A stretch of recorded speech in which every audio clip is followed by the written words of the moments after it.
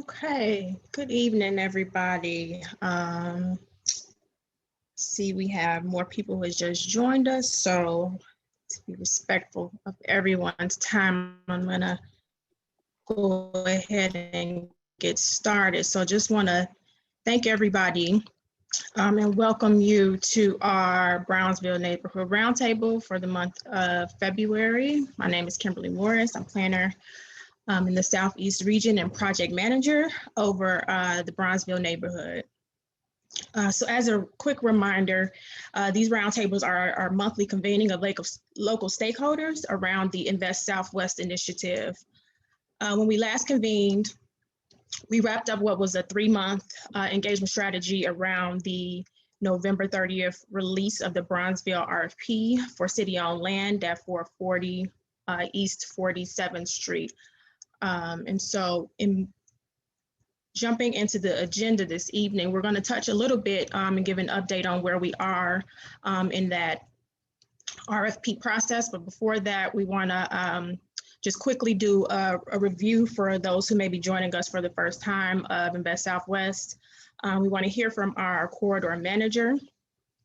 And then we want to focus on 43rd Street and some of the upcoming projects that are coming along that corridor.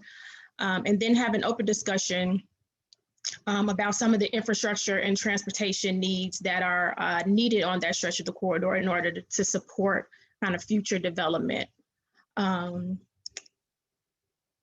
So jumping right in, again, for those who may be joining us for the first time or unfamiliar, the Invest Southwest initiative is an unprecedented community improvement initiative created to marshal more than $750 million in public funding while coordinating across multiple city departments, community organizations, and community partners in order to realize the activation of 12 key commercial corridors across 10 neighborhoods on Chicago's south and west sides. And again, as a part of the Invest Southwest initiative, these roundtables were intended to be open meetings consisting of representatives from city departments, automatic offices, neighborhood organizations, and community stakeholders that will help advance kind of local goals through a kind of cross-disciplinary approach that leverages really the insights and wisdom of all the stakeholders in the area. So this is part of a suite of engagement strategies that DPD is engaging in and creates really a two-way platform for communication between our department and the community.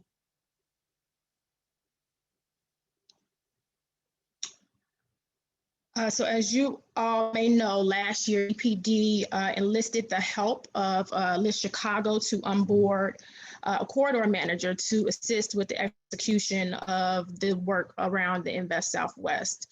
So I want to give the mic to our corridor manager for Bronzeville, which is our Quad Communities Development Corporation, and Rhonda McFarland.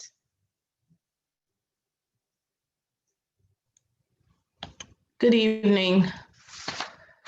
I'm looking at the list of attendees, and I think that fortunately it's a friendly group, and we know quite a few folks that are here joining tonight. So on behalf of Quad Communities Development Corporation, I am Rhonda McFarland, the Executive Director. I've been in this role for just over 4+ years, transitioned from being a board director with QCDC, and been with the agency and its work for nearly 10 of our 18 years. Immediately on the call with me today are 2 of our team members, Anthony Rogers and Yvette Warren.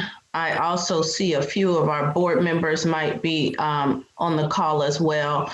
So we're engaged and supportive. I'm not going to take up a lot of time. You want to switch to that next slide, Kim? I won't go through the whole reading of our mission, but we have been around since May of 2018. originally an economic development entity created to work on economic development, community convening, stakeholder support, community engagement, small business support, and a number of other things in originally the 4th Ward, the portions of North Kenwood, Oakland, Douglas, and Grand Boulevard in the 4th Ward. Approximately 10 years ago, that work was expanded, and now we work in both the 3rd and the 4th Wards on a variety of different things. I'm sorry, something came up in the chat. The organization is, I think I said 18 years old. We were started in 2003. You can go to the next slide. Currently, QCDC serves as a neighborhood business development center with the Department of Business Affairs and Consumer Protection. We've done that work for 6 to 8 years. And that's where we've engaged with quite a few of our small business clients here, providing a myriad of services, support, counseling, referral, assistance with financing, leasing, marketing. A lot of you know our area-wide marketing efforts, the biggest being Bronzeville Summer Nights, along with all of the efforts we do under the Shop Local, Shop Bronzeville marketing to support and drive consumers into the corridors for our current businesses, as well as some of our home-based businesses that we work with. We are and have been the service providers for SSA 47 and SSA 56. Roughly those two special service areas, which is what SSA stands for, cover 47th Street from Lake Park to State and Cottage Grove from 40th to 51st Street. There are a couple small additional pieces of the corridors that are under the SSAs, but those are the primary areas. And through the SSA work, they're not large budgets, they're small budgets. Quickly, for those who don't know, SSAs are funded by private property owners within the footprint of the SSA, and their funding is collected through the property tax process. And they're both fairly small budgets, but we stretch them to our best, supporting Bronzeville Summer Nights, supporting the public way cleaning service, which is the largest thing we do. You may see the street, clean slate teams on the corridors, cleaning and picking up trash and greeting, and some other services that we provide there. We're also excited to say that effective next month, March, I think will be the formal rollout, and we'll get fully engaged by early summer under the Regional Business Center program. That's also with the Department of Business Affairs. And we look forward to increasing our small business and economic development work under the Regional Business Center. The goal is to be able to provide some of the services and requirements that happen through BACP downtown in the neighborhood. And that will be a rollout of additional services from March through the end of the year as we continue to work with the department to bring those services to QCDC, as well as the other 7 entities across the city. And I do see some of the BACP team are on the call as well. Others may know, some of the work that we've done with the Shops and Lofts project at 47th and Cottage Grove, largely and nationally known as a transformational development on that corner that QCDC spearheaded and helped those developers and continue to work with both development teams on the housing and the commercial side to bring that to light. Most recently, we have worked with the developers of the 4400 Grove project on their tenant engagement and leasing for the 15,000 square feet that are there, that are spoken to. And for those that have questions, please know that those tenants are coming. It is a real project. It is a long process to go from lease negotiation, financing, build out, permitting, and then actual construction, and also upgrading their operations for the services and the products they'll be bringing to our community. Lastly, I'll speak to QCDC's work with developing the Arts and Recreation Center at Ellis Park. Like the Shops and Lofts projects, those are two projects that were 10 years in the making, that we stood up as the community partner to really bring those resources to light. And those things were all part of the quality of life plan that the community came together and created a few years back. Unfortunately, but reality, since the quality of life plan was done, we've had 2 recessions. We've had a state government budget that was shut down for 18 months. And now we have a pandemic and a pandemic-related economic downfall. And so when you take those things into consideration, frankly, as a small neighborhood organization, I'm quite proud of what we've been able to accomplish and continue to move forward and grow and work with all of our partners here. To speak directly to the Invest Southwest Corridor Manager role, I think there are 10 of us, 10 agencies across the city, or there are 8 agencies. Kim, shake your head if it's 8 or 10. I think it's 8 agencies across the city supporting the different Invest Southwest corridors that have been identified by the Department of Planning.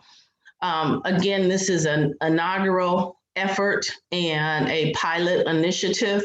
So we are working with the city and the partners that they have brought, specifically through the Department of Planning, through LIS, through Urban Maine, through BACP, to continue to kind of home in on what the work plan and the goals and objectives around being a corridor manager means. A lot of that work we do, we're just looking forward to doubling down on it and really supporting more placemaking, the development of our corridors in a way that supports the existing businesses, the existing property owners, and the new developments that the city is standing up through the RFP process.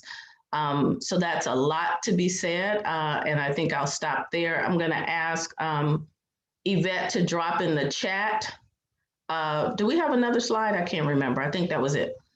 I'm going to ask Yvette to drop in the chat our contact email address, which is contactus@qcdc.org. That's our general mailbox. I promise you that it is read.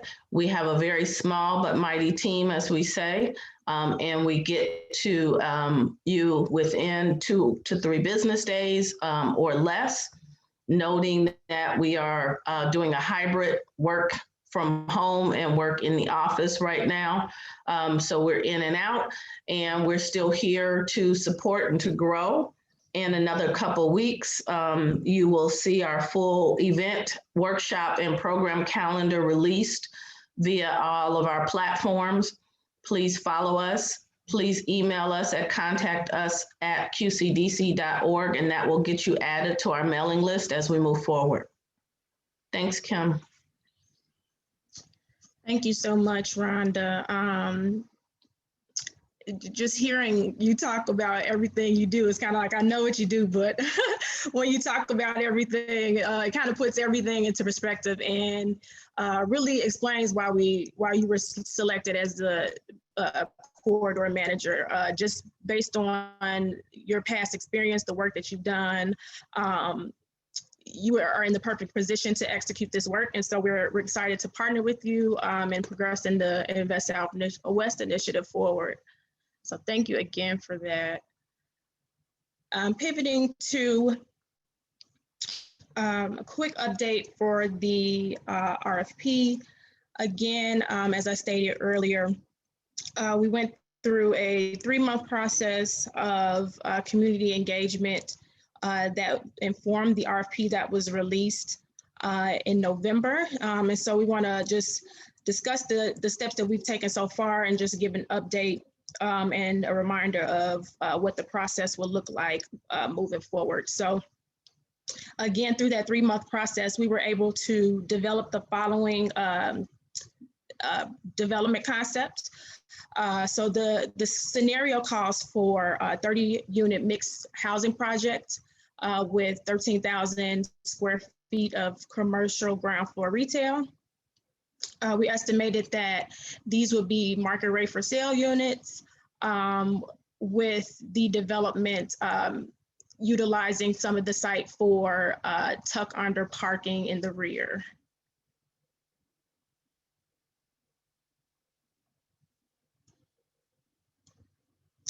So through a series of roundtables, visioning workshops, and one-on-one stakeholder interviews, we established the following community priorities, which included walkability, enhanced streetscape, community safety, a diversity of retail goods and services, and celebration of communities. These are all things that people said was important that this new development bring to this specific site.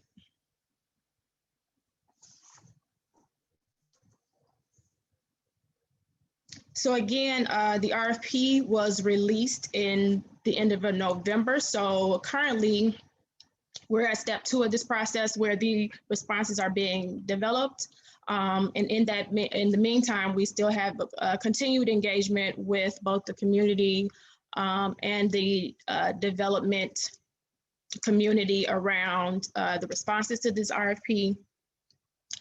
So after this kind of response period, which is over March 31st, it'll be followed by an evaluation period where respondents will present their proposals to the communities at this roundtable, and it will be evaluated by an internal committee. And then following that, we'll have selection and negotiations of the selected team. And so we'll go a little bit into what that evaluation period will look like. So the city has established criteria to evaluate each proposal based on the goals that were set in the RFP. So first and foremost, kind of, does this proposal build community wealth? So 30% of the score will be based on the community partnerships that are presented, the proposal's commitment to equity, local hiring, and the promotion of small businesses. Secondly, is the proposal a great example of professional competence? So again, looking at the professional experience of the team, the design excellence that they're proposing, their response to what the community has designated as priorities in the RFP, and then innovation and creativity of their proposal. And then finally, another 30% of our score will be going to, is the project finance economically feasible? So based on total project cost, the amount of public assistance that they are requesting, do we feel like this is the most feasible project? So after the presentations are given to the community, each development team will present, again, like I said, at the roundtables, and we'll couple that feedback that the roundtable gives during that presentation along with an online survey. And then the basis of all of these things put together is how we will judge each individual proposal. So any questions on this criteria?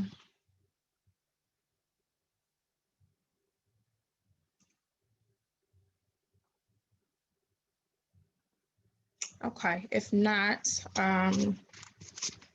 we will move forward. And again, any questions about the RFP or this process can be directed towards myself. And I will drop my email in the chat, or general questions can be given to dpd@cityofchicago.org. I do Kim, see. I did have a hand question. To Kim, I'm sorry, this is Sandra Bivens. I did have a question. When you say the public assistance request, is there a percentage that you all are looking at as to how much public assistance requests they want versus how much individual personal liability they're willing to take on? Is there some percentage rates there? Yeah, so I want to say, and typically the TIF, the financial incentives team, does have a specific percentage that they don't like to go above. And I'm apologize, I don't have anybody from financial incentives on the call now, and I'm trying to look Hi, through this my. is Lisa Washington. So each proposal is based upon its own merit, and it will take into account what the community stakeholders, which proposal they're leaning towards, and whether or not it's financially feasible. So at this time, there is no specific amount. They we do know that in order for some of these projects to actually be manifested, it will take more than some others. So as we get some proposals in, we'll have a clear understanding of what that would be, and be able to share that with you guys. I do see another hand raised. Bruce, if you want to go ahead and unmute yourself and ask your question.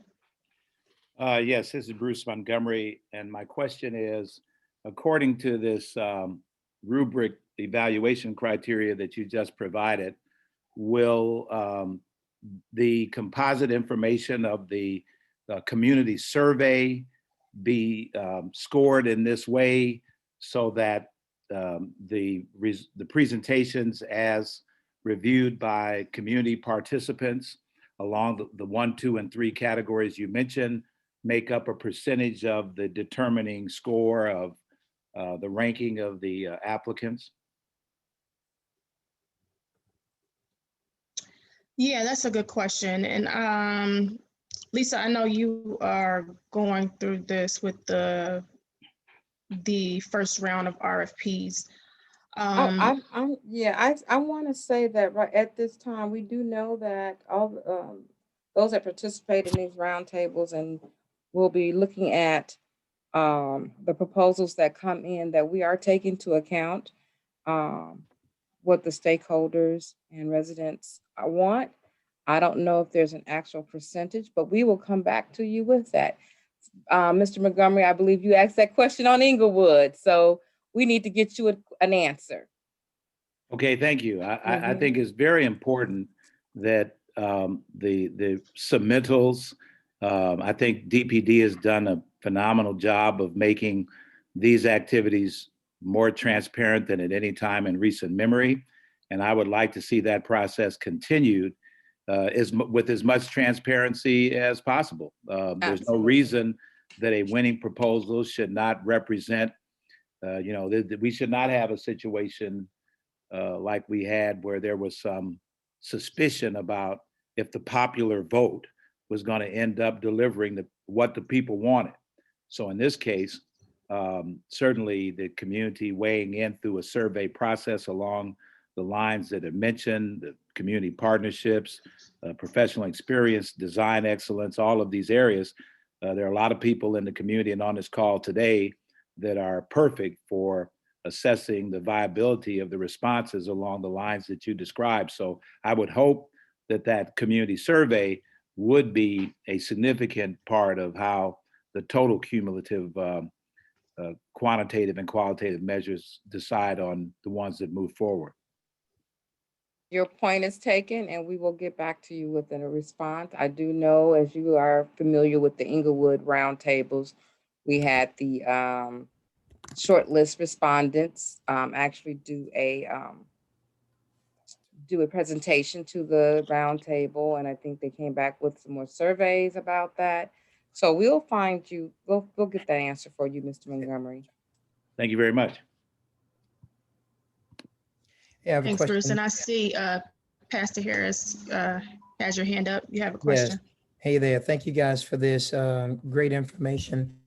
In the spirit of somewhat piggybacking off of what Bruce asked, who makes up the evaluation team?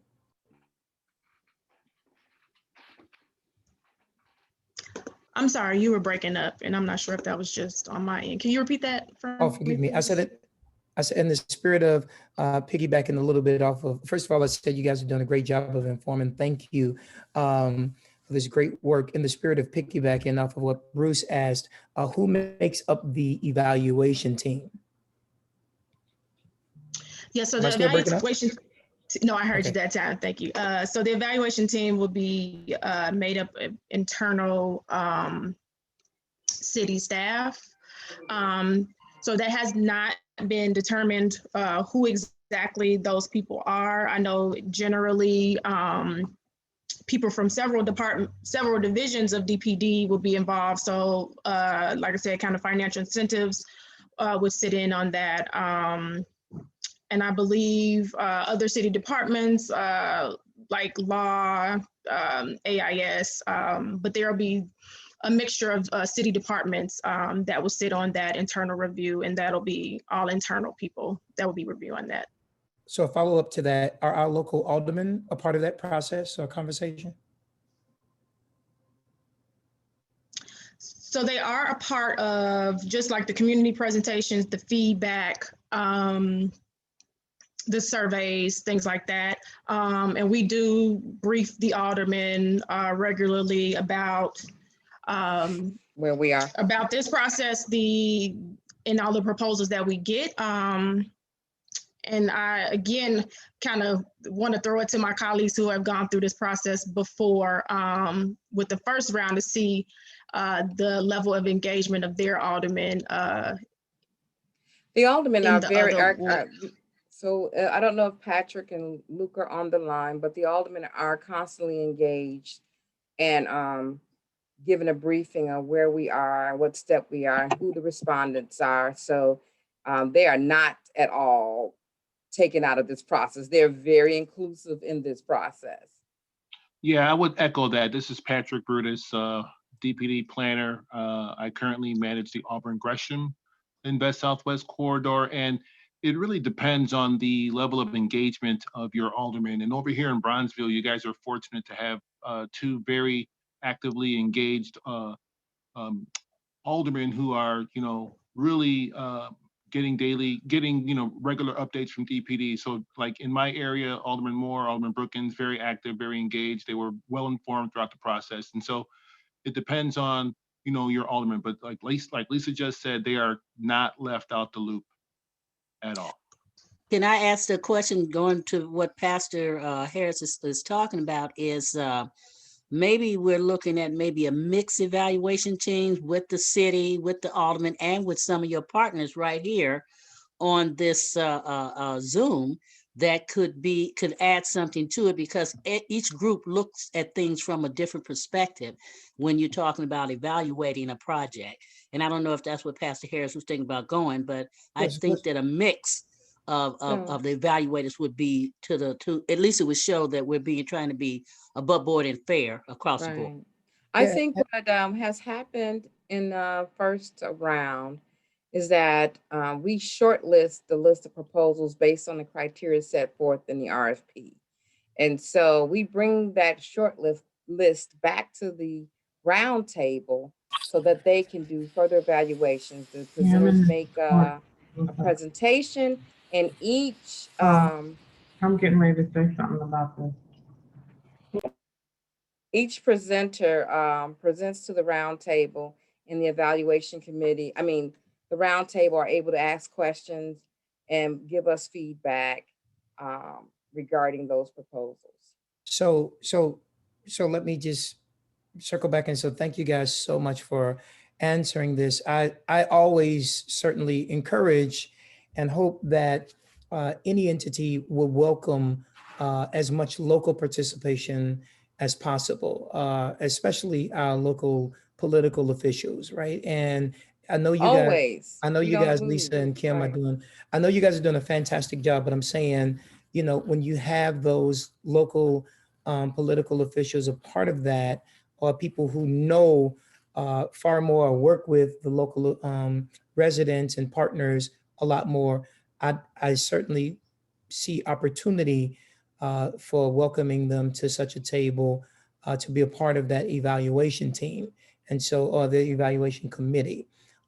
So again, and forgive me for asking out of ignorance, but it's certainly, these are informationals for us to be able to learn. And thank you for what you've done and listening more to what we think. But I certainly would, if not strongly, I certainly would, and I almost feel bad about speaking on behalf of the political officials, but I just wanted to ask. I see a lot of these things happen, and I think it'll be helpful.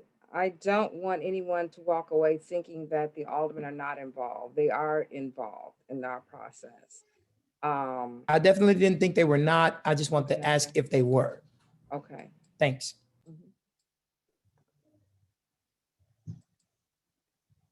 Yes, thank you for that, Pastor Harris. I see we do have a couple hands up. Bruce, you have your hand up again. Is that an old hand, or do you have another question? No, I thought I lowered mine. That was a lower hand. Okay, no And Bruce, problem. you shouldn't get on Kim for saying an old hand. Oh. Love you, Bruce. Yeah, Alderman Dow, I see you have your hand up as well. I apologize, I just saw that pop up. But if you want to speak. Yeah, I want to chime in. I'm sorry I was unmuted, so you all know I have some thoughts about this.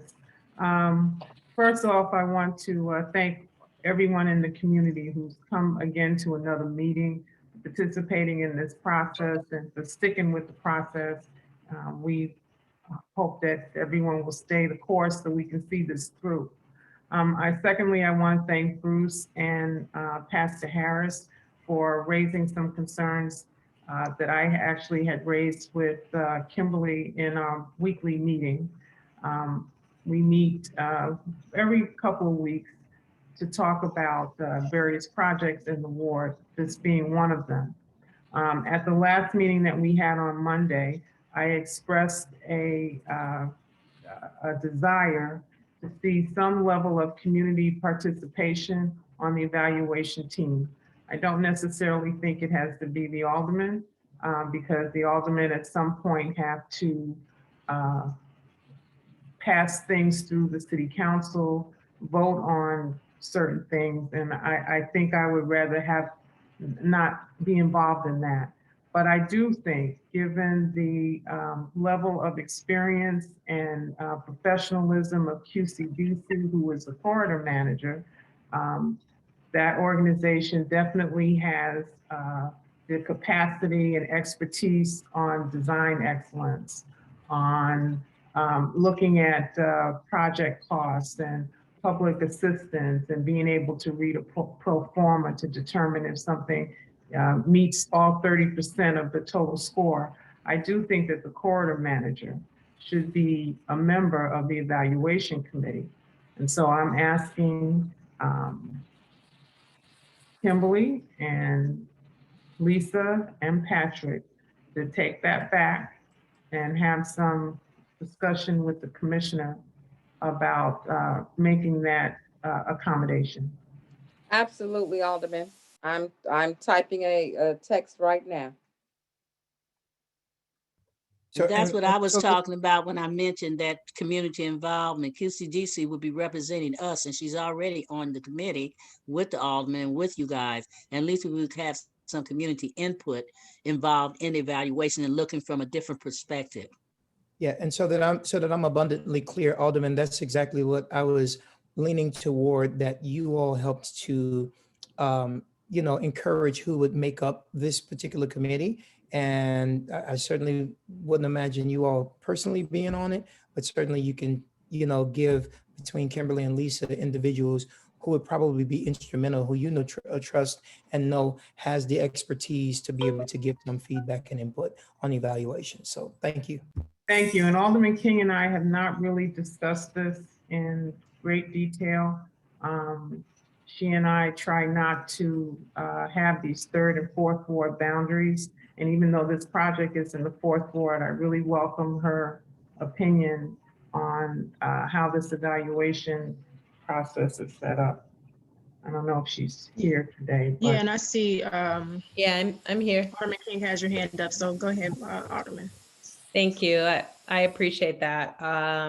You know, just piggybacking off of what Alderman Dow said. First of all, thank you to, you know, our residents who are thinking about us, as we are often thinking about you all and how we represent you. So I appreciate that. I think that speaks volumes. Thank you for that. You know, I would just add that while, you know, and I don't want to necessarily personally be on the evaluation committee, you know, I think my voice, which is the voice of the community, should certainly be heard. I think, and as you know, this is a good start. However, I do think it needs to be defined, like who actually is on the committee, who members from the community that are on the committee who actually, you know, get to go through an evaluation process, you know, specifically what that evaluation process is. I think this is obviously giving us some generalization, but I'm sure there'll be other specifics, you know, about that. But I do think that that should be transparent, like who's actually on the committee, whether it's from, you know, the administration, the different departments, who those are, who the community members are who are on the committee. You know, I may have missed a meeting. I don't know if I was at the last meeting, if the corridor manager was announced then, but I certainly have a lot of respect for QCDC and what they do in the community as well. So I appreciate that leadership. But I, you know, I will say that I would love to see there be a little more specifics, like is it a team of how many, and then part of that team, who from the administration is on that team, who from the community is on that team, and then, you know, how many presentations will they kind of do to the community, those types of things. So Okay, we will definitely follow back up with you, Alderman. We've only been, we're a little further along in the first round of RFPs, so we're actually learning some best practices from that first RFP. But I can tell you that initially with that evaluation committee, it was all internal city people from zoning, BACP, DOH, CDOT, DPD, the mayor's office, ASIS. And so we will definitely share with you the process, and we'll circle back to both you and Alderman Dow. And I appreciate that. I just, you know, I know we've learned from some RFPs we had, specifically the big one, Michael Reese, you know, we're doing C40 project downtown as well.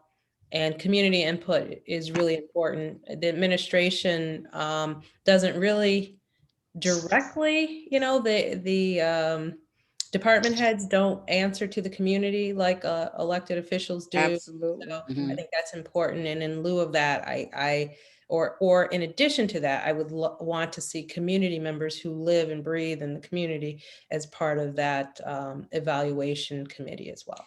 So I just want to get a clarification. The internal evaluation committee actually just does the short list. And so then we bring it out to the community so that the community can be presented with the project and provide feedback and comments. So that was the community engagement piece that we thought would work. So the short listing that is done is based on strictly what the RFP lists out as the criteria. Do you guys feel that, I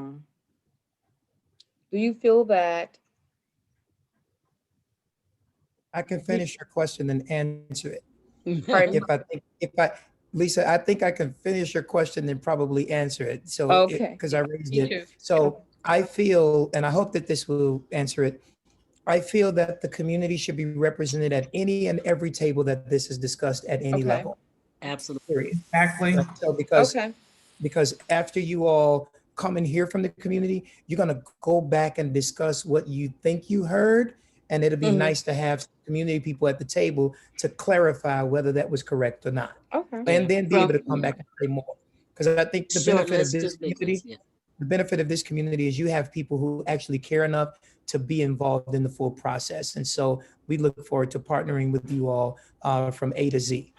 Yeah. I don't mean to take Kim off her agenda, but I want to ask another question. Do you think there will be any type of conflict if you have developers going out, talking to local residents and stakeholders and organizations about partnering with them? Do you think there will be any conflict there? If that's direct, is that directed at me? Oh, I don't I'm even know open. who I'm talking I- about. I'm Look, I talking don't about mind taking it. anybody, not Yeah. you. But if there Yeah, are, if I somebody's trust my proposing, colleague. pardon me? Yeah, I trust my colleagues and constituents in this community. I don't necessarily think so. And Okay. not only with our aldermen, but also with QCDC, with Rhonda. Rhonda ain't no punk, so I think we're gonna be all right. Okay. What I also think, though, that seriously is that question is going to be asked to the aldermen, to our community groups. Who made this choice? Why did they make this choice? And we have to have a rationale to say, this is what's done, this was the process, and Right. this is why it was chosen that way. Because if we don't, and they come at us all the time, and the aldermen to tell you that, we got to be real about how this was done and how we participated in making the process happen. Okay, Absolutely. we will definitely Yeah. take this, the request to management and see what comes out of that. Yeah, we definitely hear you guys, and it's the type of feedback that we like to get, and we're appreciative of that you guys are so committed to this process, and you giving this great feedback. So really appreciate all your comments. I do see Lennox had his hand up, so I want to get his question really quickly before we move on to the next item on the agenda. Thanks, Kim. With regard to the criterion number 1, with regard to community wealth and community partnerships, one of the recurring themes of the Invest Southwest program was that Black and Brown developers would lead the charge. And so given that, across all respondents, is it expected that an African-American, since we're talking about Bronzeville, will not only be at the table with the winning proposal, but will have a majority interest? I'm trying to understand, what does the department, what are you trying to get to in terms of what does success look like with regard to community partnerships? Yeah, that's a good question, and you kind of hit the nail on the head in that we are looking for wealth to be built locally. We would prefer, the winning development team to come right out of Bronzeville. We realize that there's so much wealth as far as the people who work in Bronzeville. So we would prefer that, the winning proposal be right out of Bronzeville. So that is what we're looking for. And so when we say those community partnerships, really how well has the development team really tapped into the resources that Bronzeville brings? How many partners from the community are on the development team? Those are all be things that we're looking for.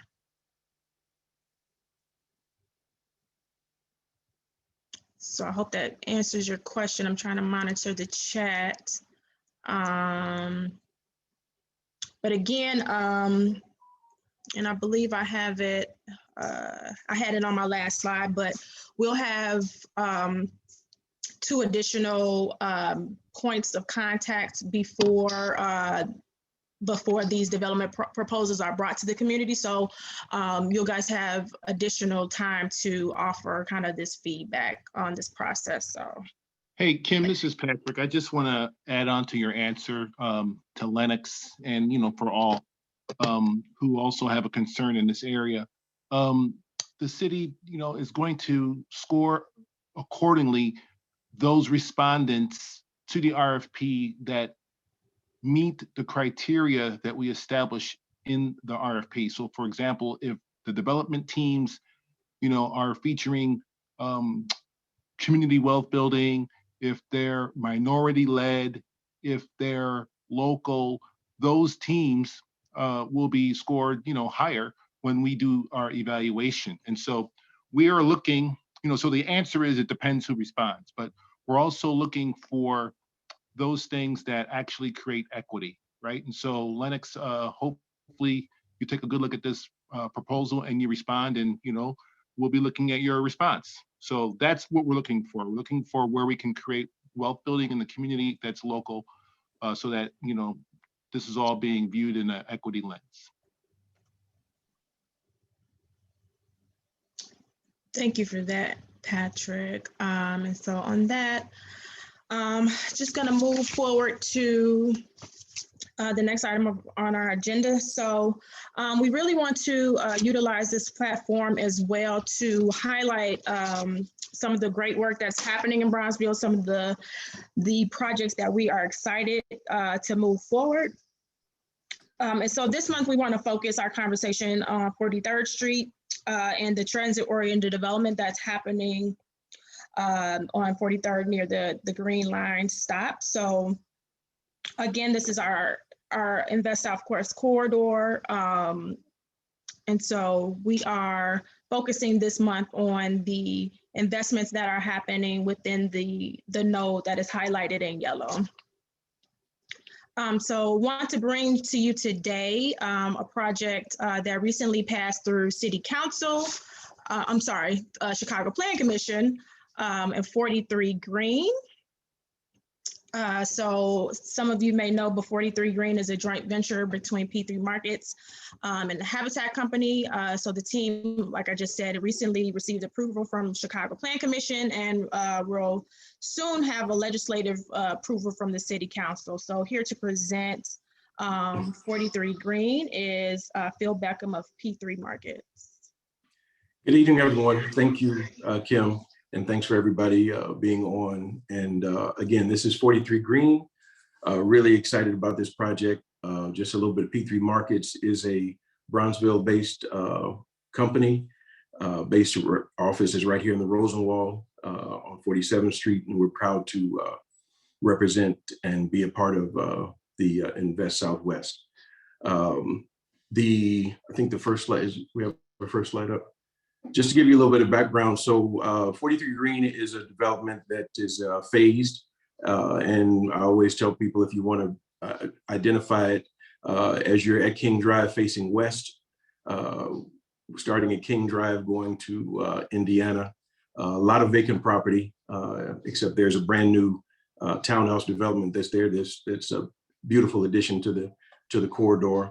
But as you see, this phase one building is nestled right up against the Green Line tracks at the southwest corner of 43rd and Calumet.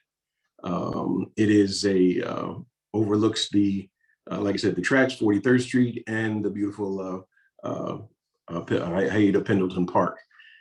And it is, once again, it is based on this vacant property, city-owned property. And it is just a little context of the building.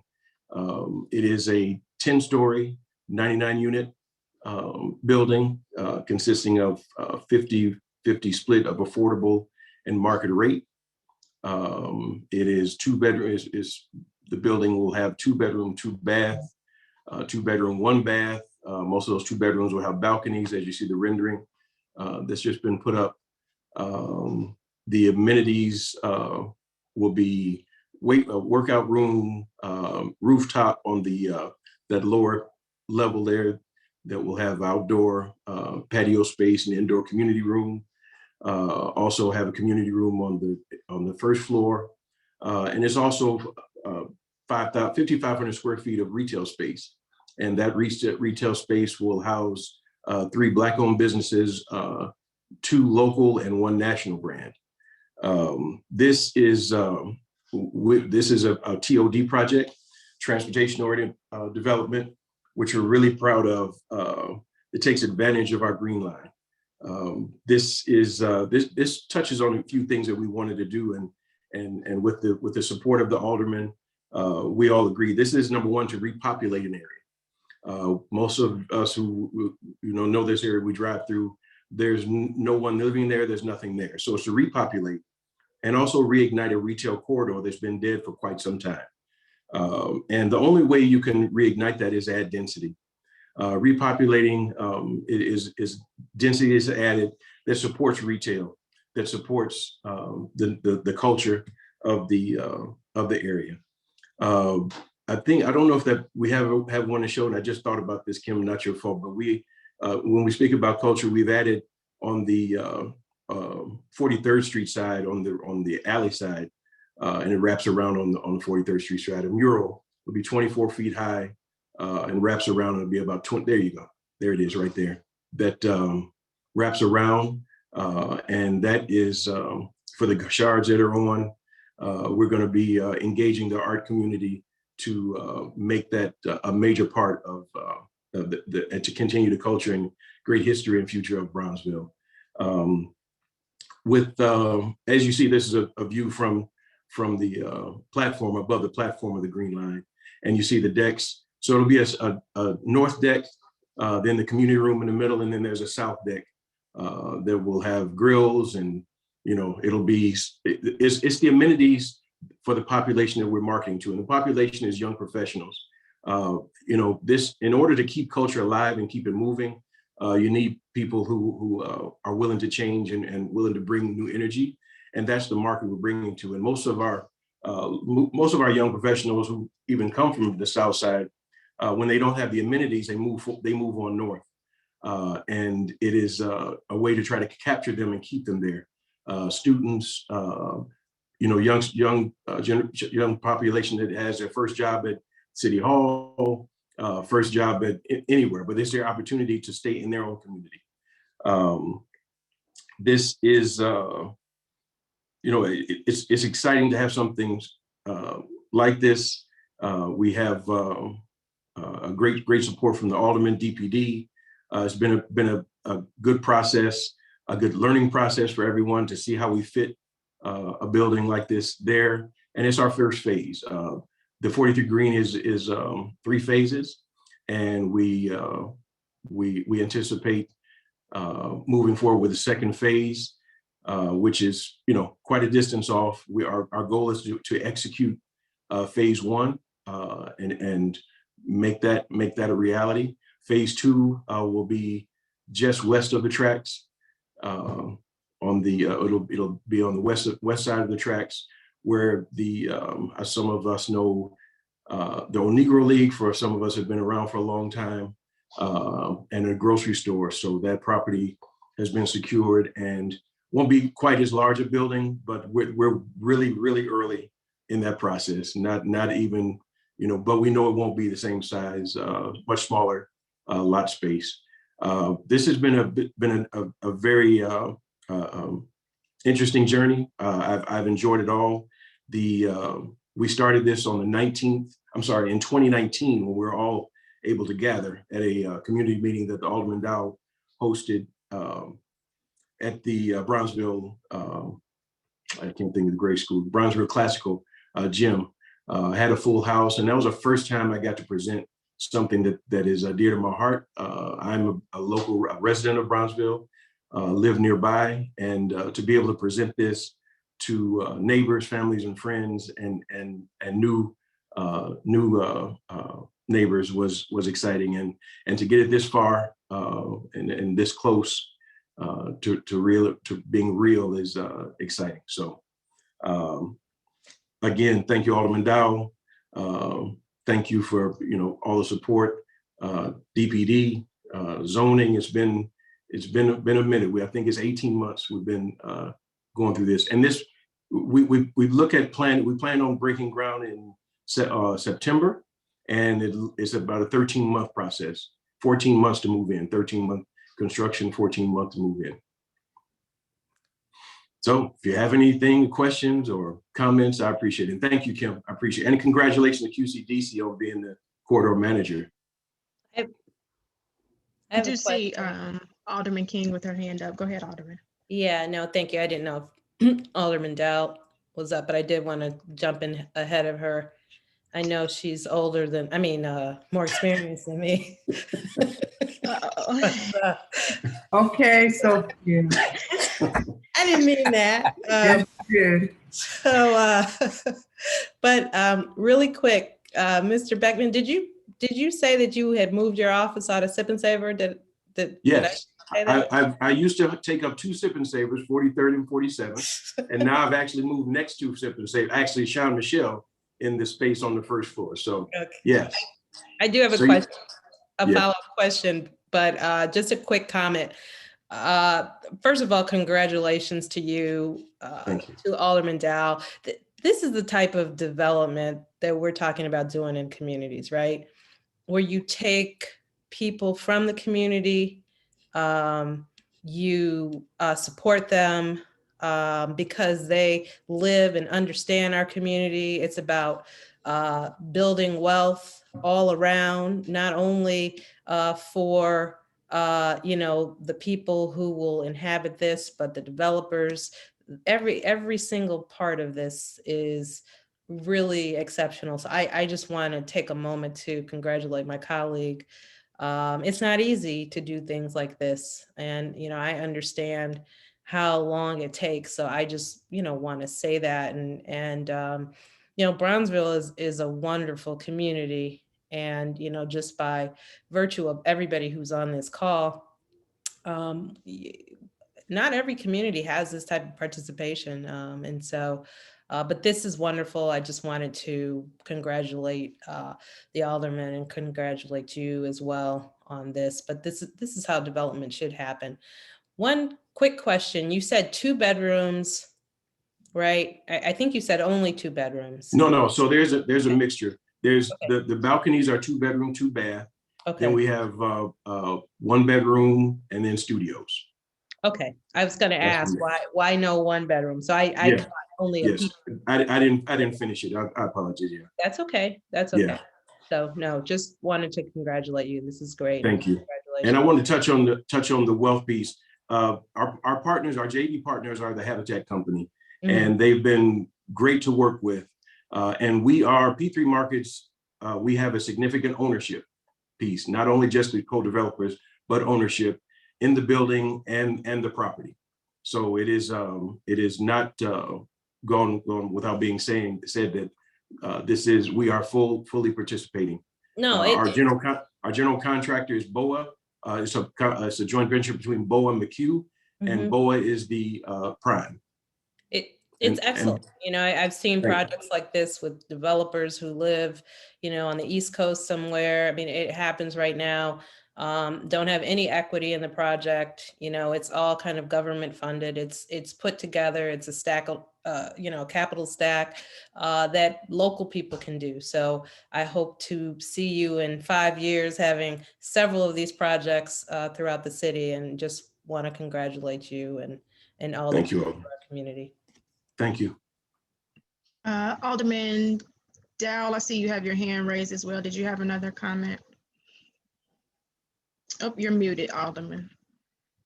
I never took my hand down from the other issue. Okay. I didn't really have a comment here. I'm pleased that this will be getting off the ground soon. And I want to congratulate Phil and his team and BOA Construction. And this is really how I like to approach development in my community. If I can find African Americans to work on these projects and build on city-owned property, that's what I'm about. And so, Phil, I'm looking forward to you doing this work. I'm looking forward to you reaching out to the Bishards and getting their artwork up on that mural. And I think it's a great asset to Hydea Pendleton Park and the other development that's coming on there. And we've got about 2 other developers that are interested in doing something on 43rd Street. And if we can get something together with the forum, if they can move forward, that would be another asset. Right. Thank you so much, Alderman. Rhonda, I see you had your hand raised. I didn't know how to raise my hand. Yeah, I just wanted to quickly also say congratulations to Phil and his team and emphasize Phil and I were on a call last night for, I don't know, 30 plus minutes. And for those who are not in our community and the city officials and the other partners that we work with, just this is a good example of the fact that we are constantly partnering and working together in formal and informal ways. And that's kind of what makes these projects work, what makes our community work. It's not all about some formal processes and surveys and so on and so forth. We're making referrals back and forth. We're partnering back and forth.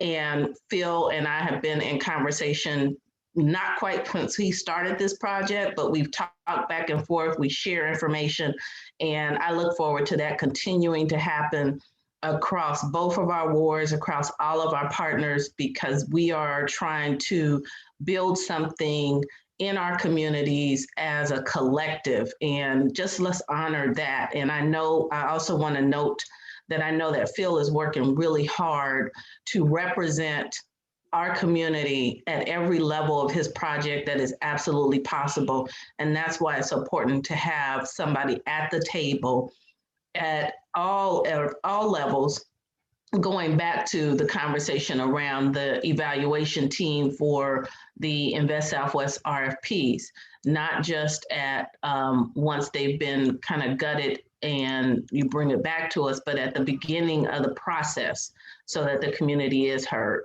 So thank you, Phil, and I look forward to our next after hours conversation. Kim, I'm sorry. I don't even see where you raise your hand at. I've been looking all through my stuff, so I don't know where you did raise your hand at. But I just want to say, Phil, this is a great project.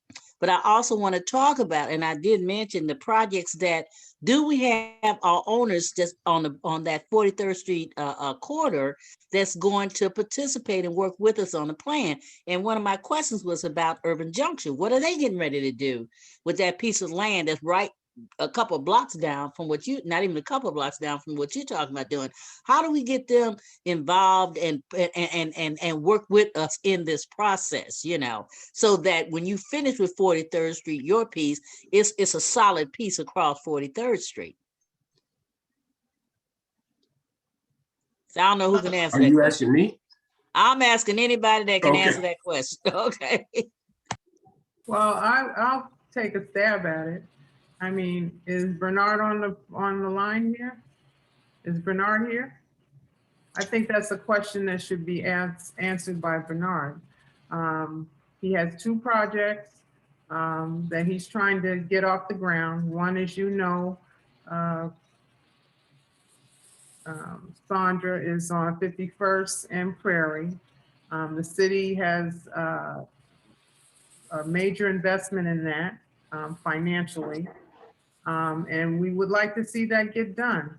I mean, I don't know how he can do two projects at once. This is a heavy lift here. The forum is a heavy lift. And I'm willing to support that, but I have to see things get done. Yeah. See, I guess that's what I'm thinking about, is that as we plan and begin to rebuild these areas, those owners, it could be Bernard or anybody else, can be the stalemate that does not make us complete the vision, you know. So that's what I was thinking about. No, thank you for that question, Sandra. Thanks for the reply, Alderman Dow. I want to pay attention to the hands that I have raised in the chat. Pastor Harris, is this an old hand, or do you have another comment?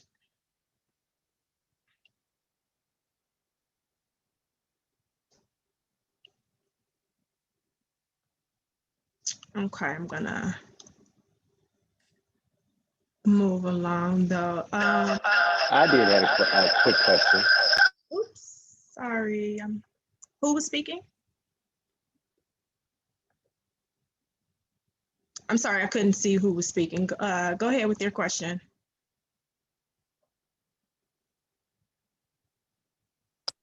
That was Andre Gashar, but I don't think he was Sorry, actually speaking. I had an issue with my background sound, but I did have one question as it relates to existing entities that are already here, businesses that are here, and developments that come. Are there any weight that's given to the synergy that would happen between the expansion and the existing as part of the evaluation? So how well the new businesses work with existing businesses, is that important in terms of continuing to expand what's already created? Yeah, and I think you're talking about the evaluation for the RFP site, correct? Correct. Right. Yeah, so we want whatever development is proposed to fit into the character of the corridor. So that means, you know, how well does it mesh with the surrounding businesses that are in the immediate area? So exactly to your point, just how well does that proposed development fit into the context of the corridor? Thank you. No problem. I think I see Paula with her hand raised as well. Paula, go ahead with your question. Thank you. Really more of a comment. I think that, you know, what Phil is doing is no question a game changer. And it speaks volumes to our intent about how the new administration, Department of Planning, sees integrated planning being key to Invest Southwest. And so I think that we have an opportunity. I mean, I know we're all tired, there's a lot going on, but what has been happening is that we've seen Invest Southwest pull all of these resources together, whether it was designers, universities, looking at, you know, what is Summer Corps doing, all of these things. And certainly we're trying to integrate these things. I hear it every week on Bruce's show with, you know, building Black businesses. I don't think that the city can do all of this alone, of course. And so that's why we have corridor managers and organizations like Sandra's and others. I'm not leaving anybody out. What I am saying is that with this being the kind of anchor that it is, you know, what Bernard is doing is 5 times the size of what the forum is. And so for us, we need to reframe our intention, because we know that this is transit-oriented development, on and on and on, all the things that it is. We can support the forum coming up at the same time on a parallel path. And so when we talk about this 43rd Street investment, this being the example from community-owned, community-based in our Invest Southwest plan, this is a priority. We should have the intention of these developments coming up together. And if the onus is to put this back on the community's court and say, look, the DPD, the aldermen have done what they can do, then, you know, we need to be meeting with QCDC and everybody else to say, what can we do? We're not going to look around and say, gee, you know, Bernard had 2 projects. We want Bernard and Philip to have multiple projects, Lennox, all the time, as we're saying. So I think we have to be intentional, and we have to say it and have that expectation. Yes, we can, building back better, rah, rah, rah. And you know, Paula, I agree with you. And one thing I've learned is that the hammer, because you don't own the properties, and because you don't own the properties, those property owners, they feel that they can just about do what they want to do. They know they got to go through zoning with the alderman and all that type of stuff. But at the same time, they feel that they can do what they want to do. But as an organization is where we put the hammer on them, saying, like I tell my owners, that's not going to work because it's not part of the plan. You got to talk to the alderman. You got to come up with a sketch with designs, let her know what you're trying to do so she can have a community meeting. You know, we have to continue to do pushback on the owners that do not want to work collectively with us on the plan and the vision. You know, that's the only suggestion I got. Those are Yeah. very good points, and I hope that Alderman Dow or Alderman King did not take any comment that I'm making personally. I'm recognizing this is one of the few roundtables where in the past we've been able to, put on the table what's coming out in this discussion. And so we cannot look at, in addition to Invest Southwest, corridor plans, Main Street, on and on and on, we cannot sit here and recognize that almost all of Bronzeville is in a qualified zone. QCDC can't do all of this, but if LISC and others are now going to say, hey, we're going to focus on qualified OZs, then fine, focus on that here, help us here. There isn't anything when we start talking about whoever it is, CTA, I just was on a whole session on what they're doing to bring back ridership with transit-oriented development. Ridership is down 90%.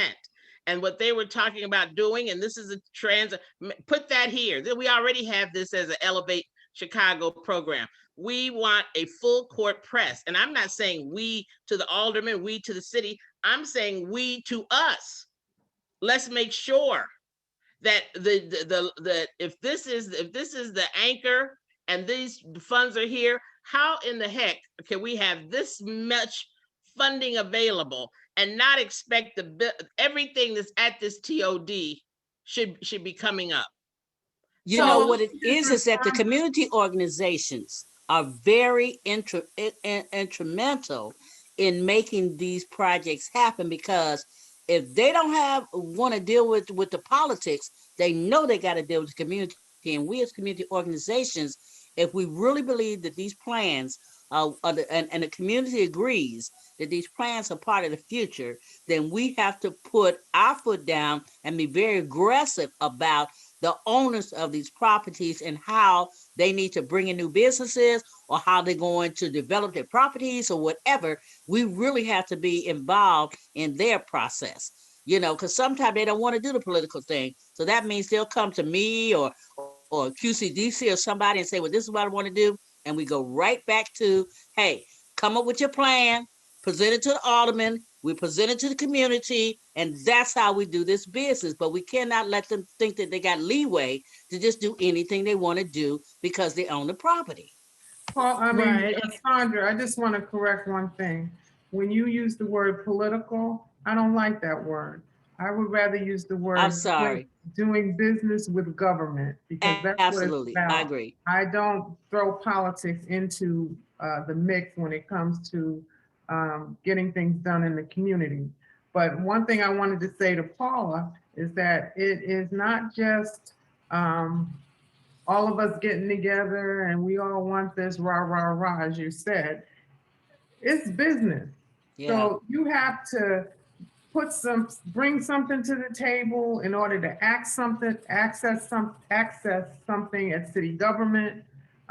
You want to use TIF? Yeah, let's use TIF. I'm open to it, but realizing that TIF is only going to be 20 to maybe 30, 35% at the most of your whole development costs. Yeah. So, well, yeah, I I'm agree glad with you, we're being Pat. Terminology candid. is very And important. Bernard just joined us. This is not putting anybody on the spot. This is the last week in Black History Month. This is we're celebrating our 10th year today for Bronzeville International. We are an international destination. And some of the ways that people are going to come to Muddy Waters Drive, where we're doing a Muddy Waters Museum, where they're going to be able to see the First Church of Deliverance, the historic forum, and everything else.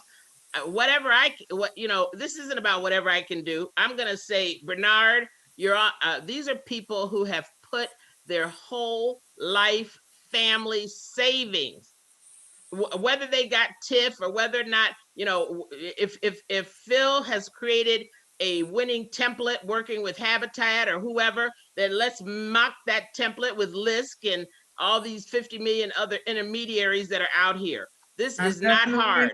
I'm definitely in agreement with that. Okay, well, Bernard, I've been speaking. I need to see a deal that is workable, that I can take to the city, that I can stand up among my colleagues, that I can get 26 votes for.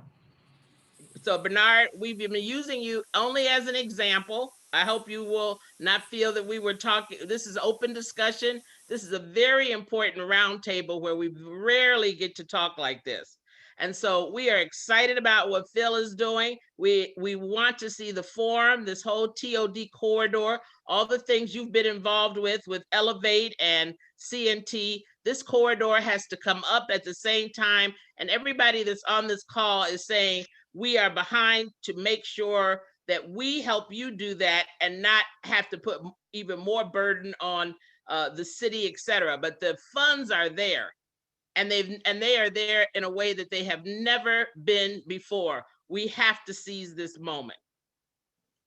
Yeah, so I really thank you guys, Paula, Sandra, and the Alderman, for really bringing up some of the issues and some of the deficiencies that prohibit development in the area. I think that is what we really want to utilize this platform to do, is to really kind of bring out and tease out those issues and figure out strategies and ways that we can utilize this Invest Southwest initiative to get past and get through some of those issues. I do want to be cognizant of time, and we did have a couple of questions around some of the infrastructure, pedestrian and transportation needs around this part of the corridor. So I'm sorry, Kimberly. I understand that there have been some questions raised about both the forum and Urban Juncture. May I have a minute or two to address those questions?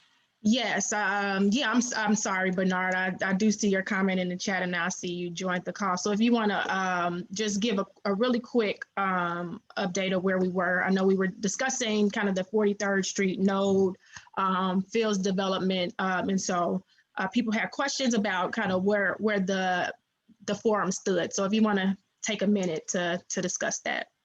Absolutely. Thank you, Kimberly, and good evening, everybody. So 3 quick things on the forum. First of all, we had a very energetic and very positive town hall just this past Friday. I know at least a couple of us were on that call, and we had a great group, 60 people out there. So we in great detail, we described what we're doing and where we are and how folks should get involved. We will be posting that information online shortly, so folks who weren't there will have a chance to see that. Secondly, we absolutely look forward to getting city support on this project. A year ago, we applied for NOF funding. We were told that our NOF application for the forum specifically made it all the way through and was turned down at the very last instance. So we're very, very disappointed by that. That would have been a great piece of funding to move the forum forward. We were not able to secure it, even though we made it all the way to the very end. Thirdly, as I've discussed with the aldermen, we have an issue with zoning. The zoning, Alderman Dowell changed the zoning on the forum from commercial to residential before we purchased the building. We did not know this when we purchased the building. We found out later in the process. I don't know the background to the change of the zoning, but obviously that is not a residential property, it is a commercial property. Alderman Dowell has indicated that she will allow us to change the zoning back. Our request to Alderman Dowell has been that she change the zoning because it's much easier for her to change the zoning, and because she changed the zoning initially. We're not asking for any new zoning. We're asking for the zoning to be returned to what it was so that we can move the building forward. We are moving forward now on our own part, but I anticipate that we will all be embarrassed if our zoning isn't changed in a time frame that really allows us to move through no fault of our own. So those are my 3 points on the forum. Let me make one point on, I understand that the project on 51st Street was Excuse mentioned. me, Bernard, Yes. before I just want to explain why I changed the zoning, okay, before you purchased it. The other owner who owned that property, which was the owner of the liquor store, also owned the forum. He was he didn't care about this community. He didn't live in this community. His store was nasty. He didn't keep the forum up, and it was about to be demolished, and he was trying to sell it. And I changed the zoning so that he would not make a big profit off of the sale of his property when he didn't do anything in this with this community, which allowed Bernard, I believe, to purchase it at a lower cost. And I appreciate that, but the challenge for us now is that the building is not zoned for retail. And Pat, when I came to you, this is 10 years ago now, exactly this year, 10 years ago, you did not tell me that that the building had been zoned for residential, so we didn't even know that. Well, that's on you because you purchased the property. Seems to me you would understand what the zoning was before you purchased it. And Pat, I would say as a courtesy to a fellow resident, you know. I didn't know you were purchasing it. Yes, you did, because you helped us save the building. The alderman didn't give us that courtesy. We had to find out on every property we buy what the zoning is. And I'm a resident. Excuse me, Phil. The expectation when you buy a commercial property is that it is zoned commercially. You know, this building was changed from commercial to residential zoning. That's a very unusual thing. Which you knew. No, I did not know. I didn't know until we could get our architectural plans approved. And at that point, and this is now years ago, we came to you and we asked you for help in changing the zoning back to what it was. We're not asking for any new zoning. We're just asking for the zoning to be back to what it was. And you have, and I said that I would support your change for zoning, but I'm not going to do that. As the owner of the property, you are required to do the zoning change. Well, that would be true if we were asking for something new, but because you changed the zoning initially, Alderman, we were asking for you to change it back. We're not going to reach an agreement on here in this forum. And I've already told you I'm not changing the zoning, so I'm not changing the zoning. Okay, that's what fine. we are trying to do, though, is come to some consensus, please. No, well, so it's not just that. It's something that Kimberly was saying earlier. I'm not changing the zone. Kind of speak at one time, not talk over each other. We do want to be respectful of people's opinions. Like the alderman said, this has kind of been ongoing discussions that really need to be hashed out offline and can't be kind of resolved within this period. Alderman, you did have something you were trying to say, and then no, I mean, my bottom line here is that I'm willing to support the developer to change the zoning. I don't know why I'm changing the zoning because I haven't been presented with any kind of plan for the forum, but I'm willing to change the zoning. As the owner of the property, in most cases, the owner of the property changes the zoning through city council. So Pat, and all I'm saying as a Bernard, as a community organization, is that as I tell every owner on every single property we have, be it Bronzeville, Worship Park, is that you come up with the plans, you present them to the alderman, we do a community forum, and then we move forward. And so everybody is happy because the zoning can be changed or whatever. We just have to have a plan of our ideal or vision of what it's going to be, because we already got some stuff going on 43rd Street. You want your stuff to be successful. So just come up with a plan and the drafts and everything, and you and the alderman meet and we come up with how we change the zoning to make that happen once the community agrees that that's what they want to see on the spot. Yeah, that's all I'm saying. I think this is a conversation that's going to take more than the time that we have allotted here, but definitely appreciate your comments, your concerns. So let me just, Kimberly, let me just finish. Mr. Lloyd, I think we need to circle back around with you. We need to be mindful of everyone's time. We appreciate the participation that we're getting, and we don't want to belabor the time. May we reach out to you and circle back with you? There were a couple of statements made that were not accurate. I'd like to have 30 seconds to correct those inaccurate statements. May I have those 30 seconds? If we can keep it to 30 seconds, Bernard, Absolutely. we really we want to kind of move forward with the conversation. So number one, the alderman indicated that she had not seen plans for the forum.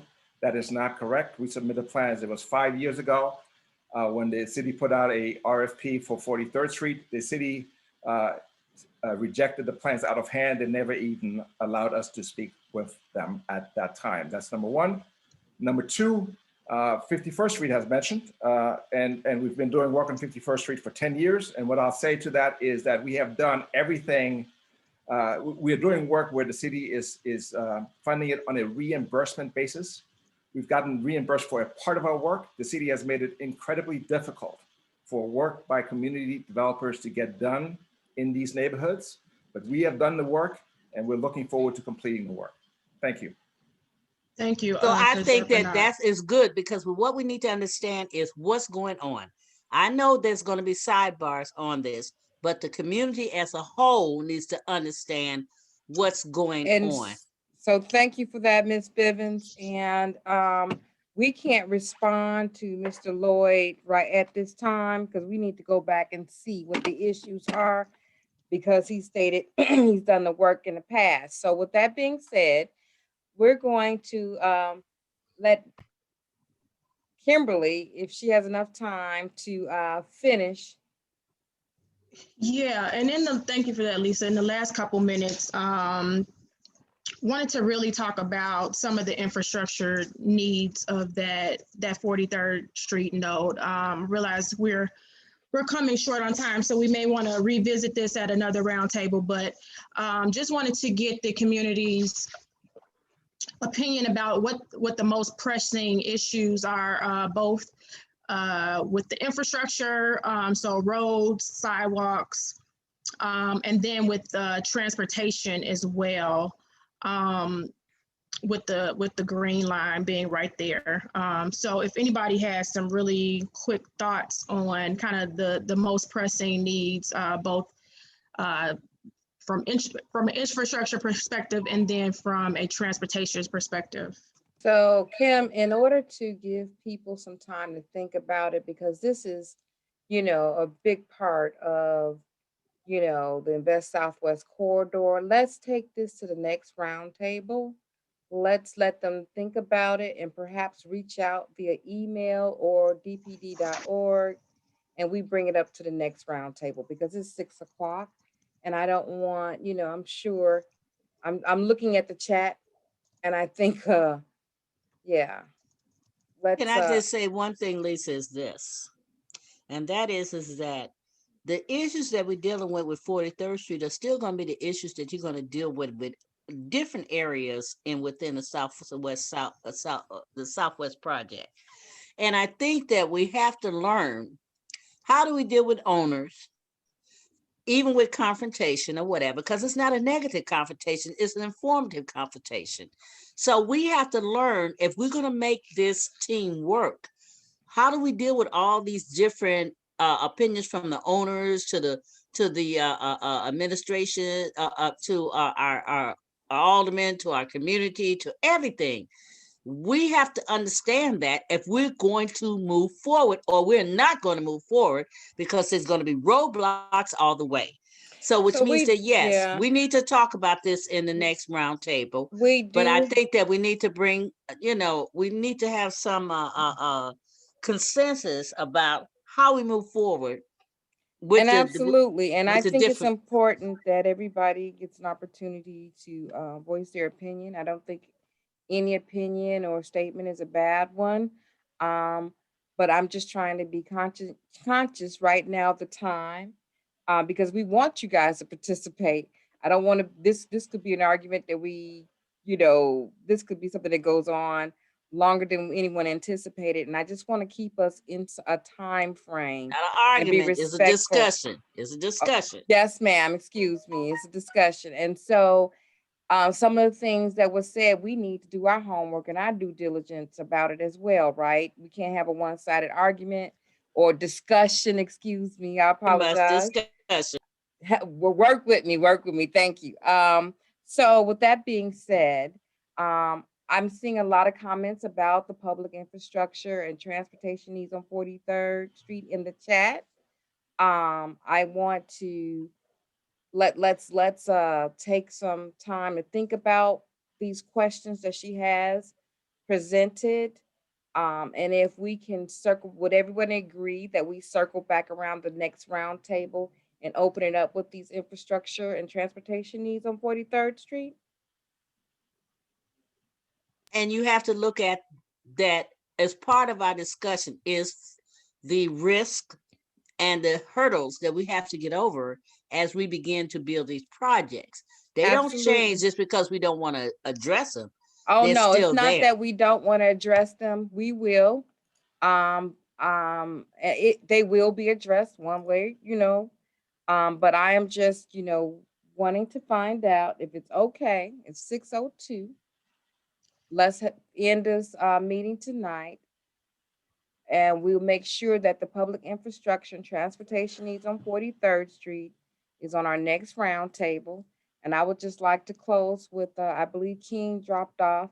If Alderman Dow has some closing statements, and then No closing statements. Just want to ask, CTA has made some commitments to make some improvements at the 43rd Street Green Line Station. Can they attend our next meeting? We will Yes. reach out.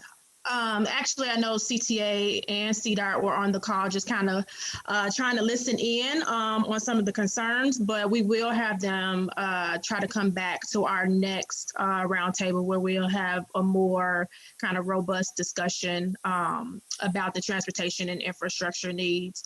And I can send out these questions as well in beforehand so people have time to think about it and are able to give an appropriate response at the time. So if the Alderman doesn't have any closing remarks, just want to thank everybody for their time. As you can see, we have a very passionate group here, but it's all because we all care about the community. We all want to see the best for Bronzeville. We want Bronzeville to move forward in the best way possible. So thank you to both aldermen for participating.